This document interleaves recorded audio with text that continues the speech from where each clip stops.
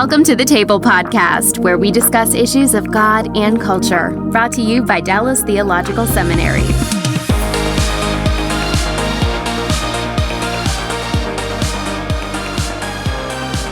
Welcome to the Table, where we discuss issues of God and culture. I'm Mikel, Rosario, the Cultural Engagement Manager here at the Hendrick Center at Dallas Theological Seminary. And our topic on the Table podcast today is lessons from good and evil in church history. And I'm pleased to have a very special guest with us today, coming to us via Zoom all the way from down under. Our guest is John Dickson. John is the founder of Undeceptions. He co-founded the Center for Public Christianity in Australia. He teaches historical Jesus at the University of Sydney. He also teaches classics at the University of Oxford, and he is Distinguished Fellow and Senior Lecturer in Public Christianity at Ridley College in Melbourne. Thanks so much for being on the show, John.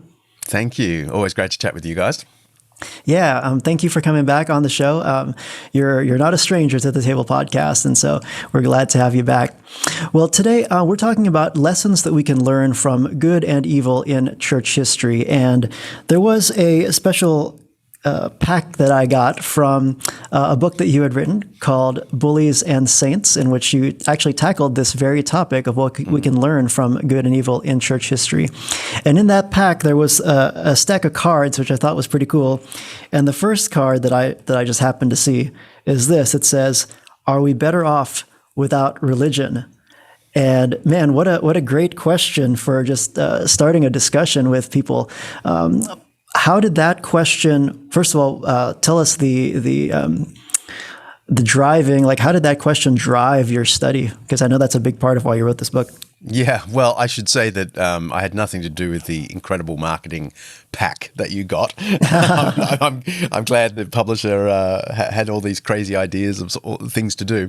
But that particular quote, I assume it comes straight out of my the opening section of my book, where I talk about being involved in a debate here in Sydney some years ago now that was broadcast on our national broadcast radio. And the topic was, would we be better off without religion? We'd be better off without religion. And I was involved behind the scenes, on the side that was opposing the motion. We thought we wouldn't be better off without religion. But we spectacularly lost the debate. The audience, about 2,000 people, voted at the end of the debate, and it was clear the majority thought we would be better off without religion. And Christianity was the main religion under discussion, so it wasn't just like saying Islam or something like this. Right. And I came away from that debate, deflated, but also really feeling I have to confront why it is so many people think that we'd be better off if Christianity were not around. Because to a believing Christian, that sounds nuts. But people aren't idiots, so they're bound to have reasons. And I think when you start to scratch, what are the reasons, there's enough evidence in church history to lead to the conclusion that Christianity's done more harm than good if you just go looking for that evidence. You're not interested in sort of, a balanced account of things. You just want to find the terrible things. And you can find terrible things that Christians did in the 4th century, 5th century, 6th century, all the way up to today, and the child sexual abuse scandals and their cover-ups. And, if that's your evidence and that's all you want to look at, well, I think I would join in saying we'd be better off without that, surely. My point in the book, though, is that's just part of the story. There's no denying Christians have done terrible things in Jesus' name. They did them. On the other hand, Christianity has given the West much of what it loves most in terms of its charity and human rights and human dignity and schooling for all and hospitals and so on. All of these things also came from Christianity. So the question has to be not, has the church done terrible things? Yes is the answer. Just like every institution that's ever existed has done terrible things. The real interesting question is, what's the unique contribution of Christianity to the world?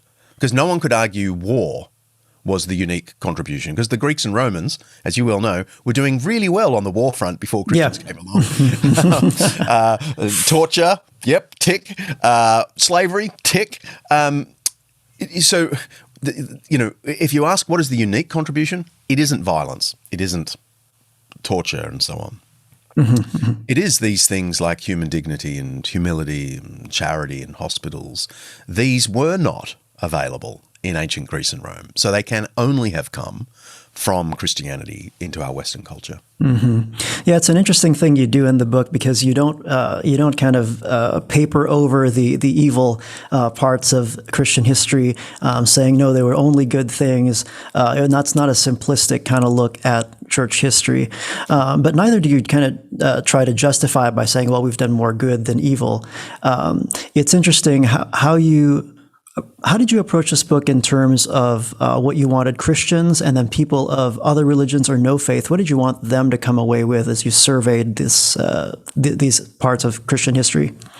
It's probably true to say, as I wrote the book, I had my skeptical friends in mind more than Christians. In particular, I had people like Christopher Hitchens, who's now passed away and was a great skeptic and wrote that book, God Is Not Great, How Religion Poisons Everything. So I almost had him looking over my shoulder. So I was sort of writing a book that would be a good history that even he would go, okay, you're not too biased. I don't know if I would have got away with it, because he was so skeptical. He might not have enjoyed any positivity about Christianity. But I had the skeptic in mind. The times I had Christians in mind were times like where I'd be in the depths of describing some terrible things that, say, 4th century Christians did in riots and destroying property in Alexandria at the end of the 4th century. I'd be writing about that, and then I'd stop and I'd think, I bet my Christian friends are going to think I'm letting the team down now. I was doing such a good job of telling you how awful these Christians were that I had to stop and think, look, I don't want to unnecessarily upset my Christian friends. And it's really interesting, as the book's been out a few months, the criticism has not come from the skeptics. The criticism has come from conservative Christians, of which I regard myself one, right? So it's my own team who think I've let the team down by being so brutally upfront about the terrible things Christians have done in history. But my account is, look, Jesus said, take the log out of your own eye. Don't look at the speck in someone else's eye. Take the log or plank out of your eye. And the book is an attempt to do that through Christian history.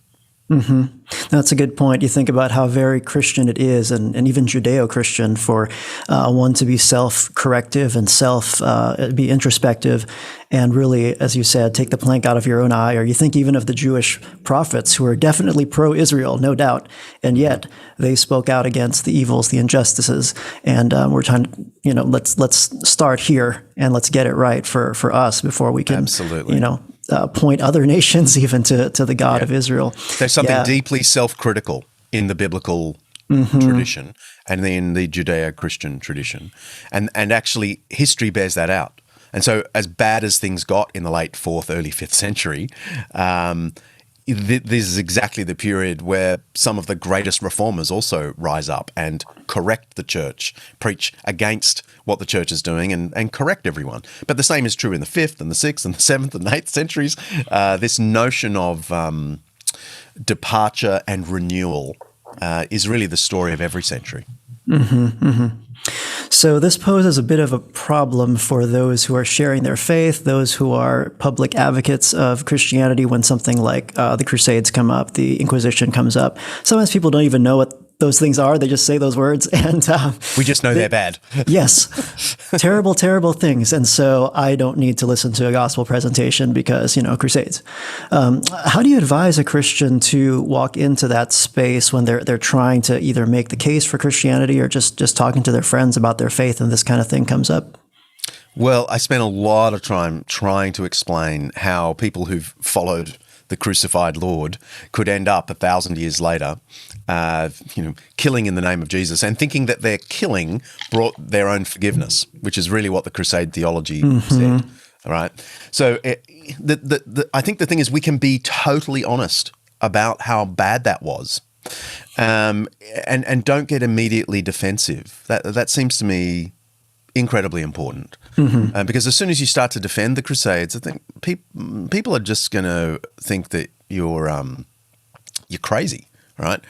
But you can concede the terrible things in the Crusades, and frankly, even if you think the First Crusade was a just war, as I do tend to think, because it was responding to Islamic aggression, the conduct of the First Crusade was despicable and made it an unjust war. They slaughtered Jewish communities along the Rhine as practice while they made their way to Jerusalem. When they got to Jerusalem and they stormed the city, they slaughtered men, women, and children. And this breaks every rule of just war principle. So we can be open about that. And once you're open about it and you concede how terrible it is, I think then you do have a right to sort of explain the Crusades. And that will partly involve talking about responding to Islamic aggression, yes, but it will also partly involve explaining, as I try to do at some length in the book, how Christianity itself was co-opted by and converted by pagan warrior culture in both Gaul and Northern Europe, as Christians in the 8th, 9th, 10th centuries tried to convert the warrior culture, the Germanic warrior culture. There is no doubt, and we've got pretty good evidence of this, that Christians themselves were converted by that culture. So they started to portray Jesus and the apostles as the ultimate knight with his war band, traveling around doing good, standing up for people, right? We even have a great poem that describes Jesus in just those terms. In fact, retells the Sermon on the Mount as an example of Jesus, the ultimate knight who demanded justice in the world. And so clearly we see at this point Christians altering their faith to fit in to their pagan host culture. And in doing that, they compromise their faith and they are converted by the culture. And so this doesn't excuse it, but this explains how people who could follow the cross centuries earlier could now pick up the sword and think that they were earning their forgiveness of sins through killing people. It was part of the warrior ethic of pagan Europe at the time. So as you were surveying church history, people say absolute power corrupts absolutely. Was power really the problem? I struggle with this, yes and no. Power is a really good thing when used for the sake of others. One thing I try to make clear in the book is that Constantine, when he became a Christian, I know you Americans say Constantine, but in the British Australian tradition, it's Constantine. This is an international show now, so hey. So Constantine, who becomes a Christian, he doesn't make the empire Christian. This is a great misunderstanding. He allows Christianity to be legal. He does sponsor churches in the way that philosophical clubs and pagan temples and Jewish synagogues had already been sponsored by the empire, given tax breaks and so on. So he allowed that. And that did cause Christianity to flourish, but he did not impose paganism. So here is immense power, but held in a spirit of pluralism, because Constantine was adamant that all religions should be able to flourish under his empire, even though he openly admitted that he hopes Christianity wins. By the end of the 4th century, you've got a very different phenomenon. You've got someone like Ambrose of Milan, who's the bishop, but he is the former senator and governor, Roman governor, who's parachuted into the church to be the bishop of Milan. And he changes the role of bishop to be sort of like a city mayor. Now, he starts to push his weight around. He starts to insist on the closing of pagan temples, the pulling down of pagan statues, say the Statue to Victory in the Senate House. He approves the burning down of synagogues, which is unthinkable to us years later. And that's where you can see power being used poorly. And yet, if you asked a poor Milanese family in say 390, what do you think of Ambrose of Milan, your bishop? they would have said, he is our champion. He is the reason we have charitable projects available for all the poor. See, if you were an elite pagan, you would hate Ambrose as a bully. If you were a poor pagan or Christian in Milan, you would love him as the champion of the poor because he used his power for both. So I don't know if power is the problem, because power can be used for bad, it can be used for good. And at the same time as Ambrose, you've got the Cappadocian fathers, who are themselves powerful men, Basil of Caesarea, Gregory of Nyssa, Gregory Nazianzus. These are powerful men. They are elites for sure, the highest educated people in that part of the world, mostly known for their Trinitarian philosophy and theology. But these are the people who set up the greatest charities throughout Asia Minor. The first public hospital, a massive complex. Basil set this up for the good of the poor. And so their power was set to the service of people. And so I am all for that kind of power. Yeah, that's a really interesting nuance, that it's not just black and white in terms of it's either all good or all bad. And that's actually one thing I think the title of the book kind of alludes to. The bullies and saints aren't these bifurcated two groups of people. Sometimes you see it in the same period, sometimes the same person, yeah? Absolutely. And Ambrose is the classic example. I don't know what to do with Ambrose. I don't think I would have liked him, or at least I don't think I would have liked to get on his bad side. Yeah. And yet he wrote beautiful hymns to the divinity of Christ. He established charities. He protected the poor. He gave away his a huge amount of his own vast wealth. So he's a mixed character. And you're right. This is true in every century. And it's different to different degrees. We could go into the 600s and come across Bishop Eligius in France, and he seems only like a saint, not a bully. I mean, I'm sure he had his problems and he was a sinner like everyone else, but this is the man who was the greatest jeweler in Europe and very wealthy, but actually was convicted by the Gospels that he ought to be using his wealth and resources for the good of others. And so he would travel around Europe using his jewelry to purchase slaves and free them. Wow. Okay. There's still a big slave trade that was the leftover of the Roman slave trade, but also the Saxon slave trade was huge. And he would just buy and release. And he taught all of his disciples to do so, including the Queen, who did so. So this is someone in the 7th century who was an abolitionist and fiery evangelist, who I would probably place in the category of saint. I mean, I'm not using it in the biblical use of the word. It's the cliche I'm using it. He was a good guy. He's a guy who sang the beautiful tune of Jesus and did so really well. Man, the beautiful tune of Jesus. I love how, as a musician, you have this lovely musical metaphor. Here's another cool card that I'd like you to elaborate on. If someone played Bach terribly, would you dismiss Bach altogether? This is a wonderful conversation starter, and I love using this. I borrow this from you all the time in terms of in my spiritual conversations, in terms of the tune of Jesus and how we play that. Explain your metaphor and how that works. Well, we know to judge a composition on the basis of its best performance, not on its poor performance. So we know to distinguish between the composition and the performance.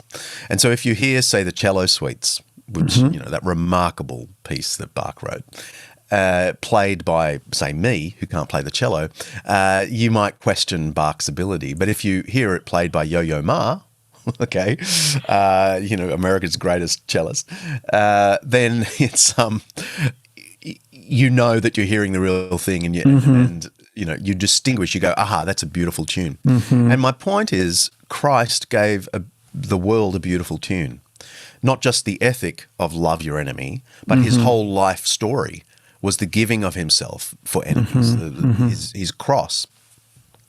And that is the shape of the Christian life, self-giving for the world. And there are times when people did not look like that. And what I'm saying is that's a terrible performance. You can hardly hear the composition in some performances of Christians through history. And yet, Bishop Eligius in France, whom I just mentioned, Basil of Caesarea from Cappadocia, they are singing the tune beautifully. When you look at their lives, you can actually see that gospel ethic of the love of enemy, of the giving of the self for the other.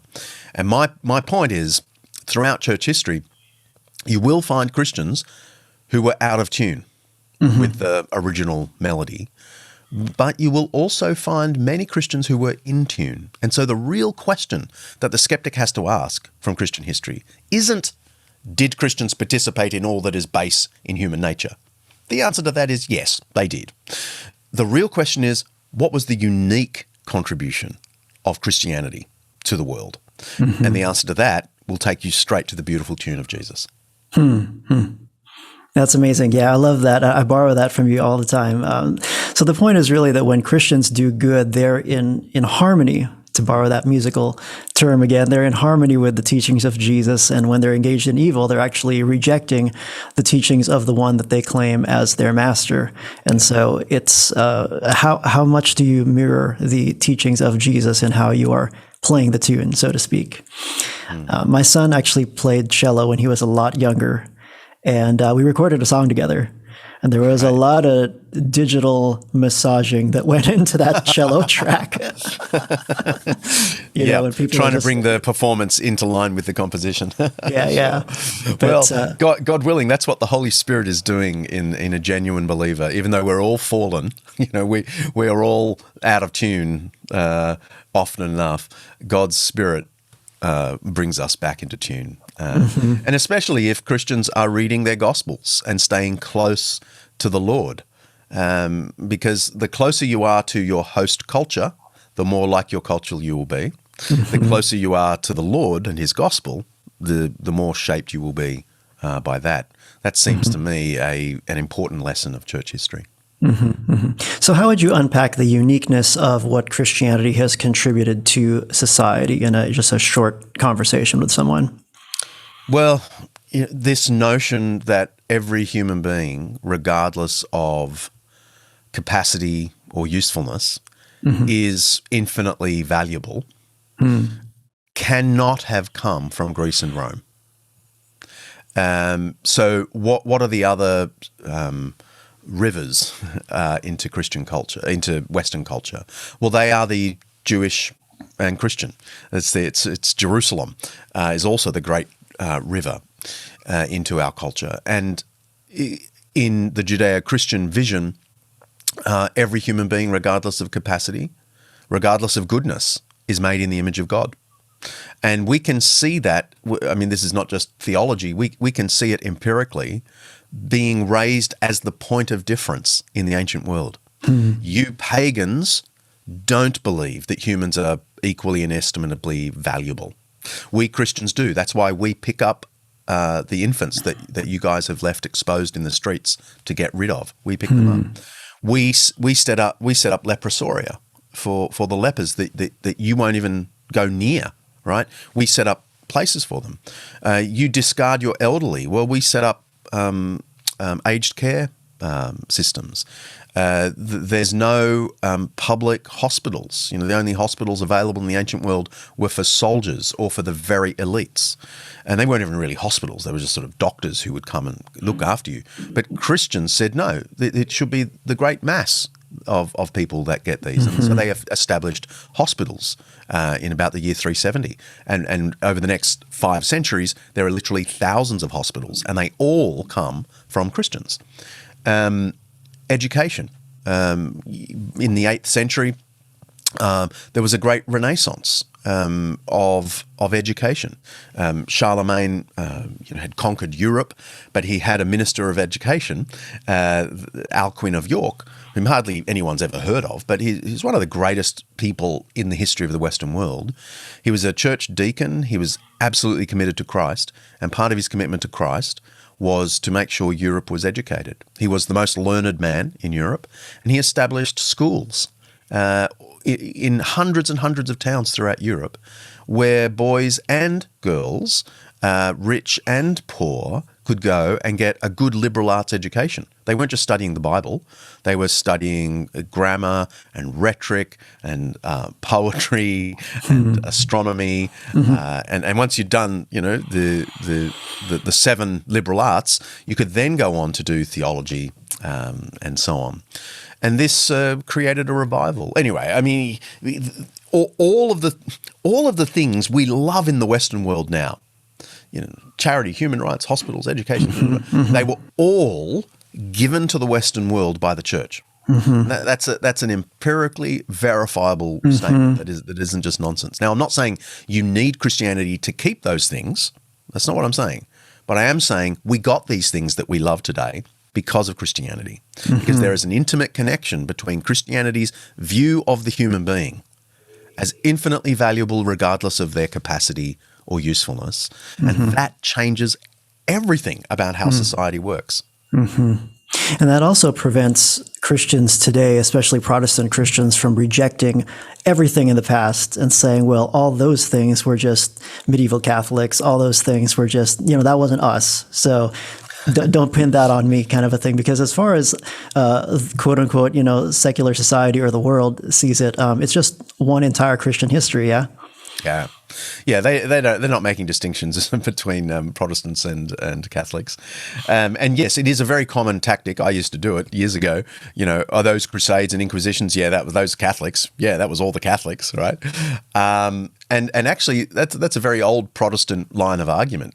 Even great people like Martin Luther dismissed the darkness of the centuries that preceded him. And even used this word of darkness, right? And that sort of cemented in Protestant in the Reformation, and over the next 2 centuries, so in the 16th and 17th centuries, Protestants would refer to the period before the Reformation as dark, and not just dark theologically, but dark educationally in terms of charity and technology and so on. Now that isn't true. It was a piece of Protestant propaganda designed to take all credit away from the Catholic Church on theological level and on charitable level. And as much as I agree with the theology of the Protestants, I think their history and sociology in that period was woeful. It's a slander because these great gifts of Christianity to the world, hospitals, education, and so on, really are Christian gifts. And Protestants inherited them and continued to give them to the world. So they are part of our shared tradition with Christianity going right back to the apostles. Yeah. So last card, what has the church learned from its history? Not sure if you ever thought these would be used as podcast prompt questions, Never. but it's a great thing to, there's a stack of them, but we just chose 3 for today. What can the church learn from taking a look at the history as you've kind of surveyed it in the book? Well, I guess there's a general lesson that everyone should learn by studying history. Even outside, Christians and Christian history. And that is to wonder what our own blind spots are.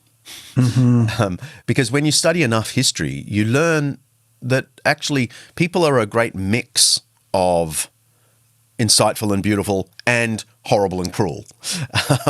And this is true in just about every era. And you might look at say, 10th century Christians in France and think, how could they have done that? Your real question should be, I wonder what my blind spot is. I wonder what people 300 years from now will say about me and my Christianity. And honestly, I sometimes even wonder if 10th century Christians could look at us. They might wonder if we are Christians. And why do I say that? Because the thing that they had much better than we do is a commitment to looking after the needy and the poor, and that to be rich while there are people who are poor in your midst is to be evil. And I find this very confronting in church history. We might look back on, say, 11th, 12th century violence and think, how could they have done that? But they'd look at us, as I'm sure 300 years from now, Christians will look back on us, 21st century, American, Australian, white evangelical, whatever, they might look on us and say, were they really Christians? Because look how they don't really care for the needy. Look at how they can spend $30 on a bottle of wine and not think anything of it. They buy on Amazon just with a click and don't think of doing the same thing, to World Vision. So you ask, what does the church learn? I mean, this is what I learned. What are my blind spots? I'm not relativizing the blind spots of the past, because they were real blind spots. I'm just saying I'm made of the same stuff, and so I've probably got problems. I need to stay close to my gospel. I need to be humble and fear that I'm a bully and a saint in one. Wow. Daryl Bach's not here to comment on this, but he calls that owning your own junk. Yeah. We just need to be honest with what we see in ourselves, what we see in the church. And, again, it is a very Christian thing to repent, to ask God to forgive your sins, and to say, hey, that's why we need forgiveness. Yep. It's part of coming to Christ and being humble. So I want to thank you so much for joining us today. Our time has gone very Always quickly. But I do want to mention a couple things. You mentioned the cello piece, the Bach Cello Suite No. 1 in G major by Yo-Yo Ma.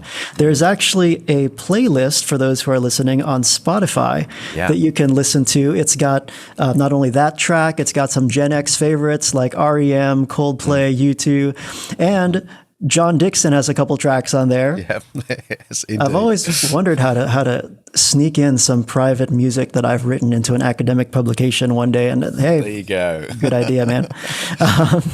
Also, there is an audio book, which I had the pleasure of listening to a little bit of it. You can get that on Audible or on the Google Play Store. One thing I really liked about that is that you actually read it.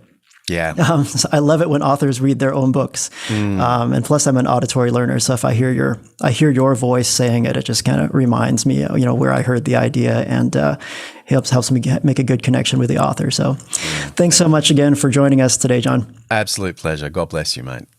And we thank you for joining us on the Table Podcast today. Please do leave us a review on Apple Podcasts or Google or wherever you're listening to this. And go ahead and subscribe to the show if you haven't done so as well, and tell your friends about it, because that's how people get to know about the content that we do, so that we can share more content with you. I'm Mikel Del Rosario, and we hope that you'll join us again next time on The Table, where we discuss issues of God and culture. Thanks for listening to the Table Podcast.